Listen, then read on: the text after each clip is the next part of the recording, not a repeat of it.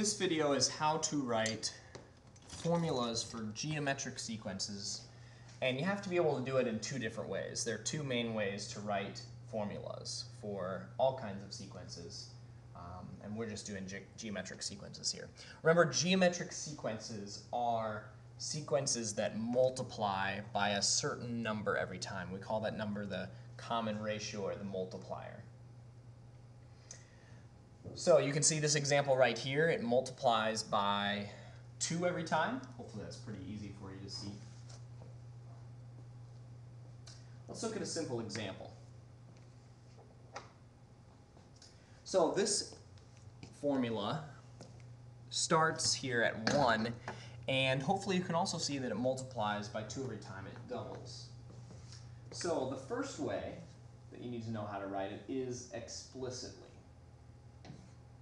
And normally I write that with function notation. I usually also call my function t, t for terms for a sequence, just to be clear that this is a bit different than most other functions, although it is still a function. Now this one is going to be a 1 out front because I'm starting with 1. Now I like to start and think that the first number in the list is I've gone nowhere. So for that one I have n is 0. I start with n equals 0. So sometimes you can do it differently, but I'm just being clear here that this is the way that I start. So I start with 1, and then the next number is a 2, so it doubles every time.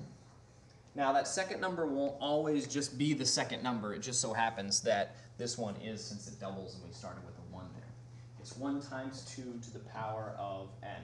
That is the explicit formula. For this one, if I want to know what the 10th number is down the list, like the 10th, after I've moved 10 places, I just plug in 10 for n. That's one way. The other way is with 2 parts to it. So there's way number 1, and then way number 2 actually has 2 equations to it. T0 is the first number before you've moved it all. For this one it's 1. And Tn is how to get from one thing to the next. Well, how do you get from one thing to the next? Well, you multiply by 2. So it's 2 times, well, what? The previous term. How do I write that? Well, that's a bit tricky. The way that I write it is t sub n minus 1. And the reason why it's written that way is, well, Tn is any term in the list. What's the one right before it? Well, it's 1 less. Like if n was 8, then n minus 1 would be 7.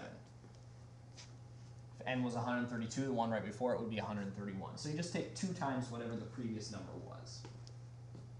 That part's easy. It's the notation, I think, that's hard for this.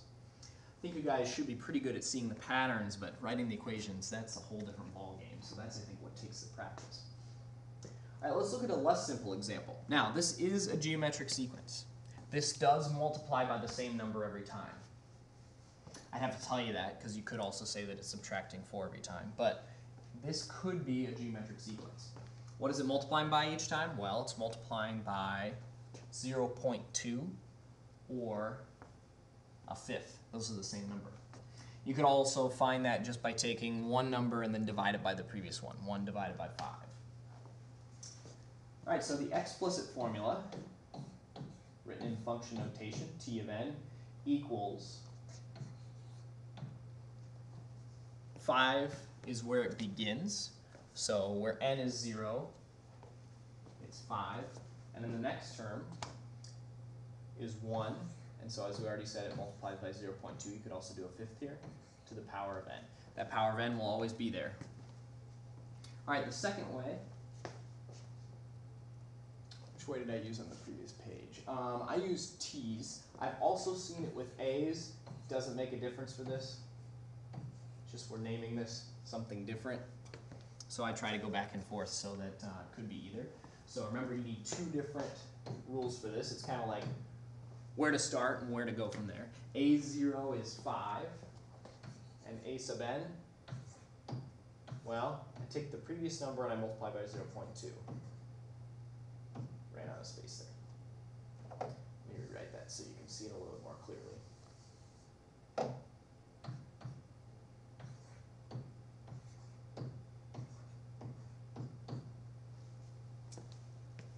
So way number one on the left side with one equation is explicit. You don't need to know the names of that. You just need to be able to do both. And the other way requires two equations. A0 equals and AN equals. Go ahead and pause the video and try these on your own.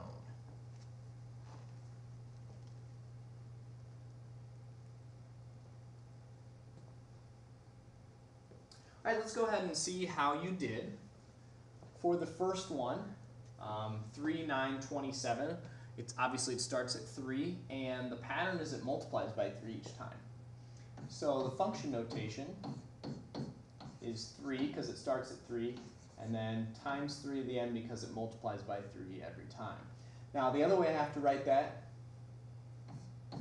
is with T0 and Tn, or you could use A0 and An. It does not make a difference whatsoever. T0 equals 3 because it starts at 3, and then Tn, each time it multiplies by 3, so I write that by saying, well, take the previous one, Tn minus 1, and multiply by 3. All right, then, the next one, I will go straight across here, 5, 1, 0.2.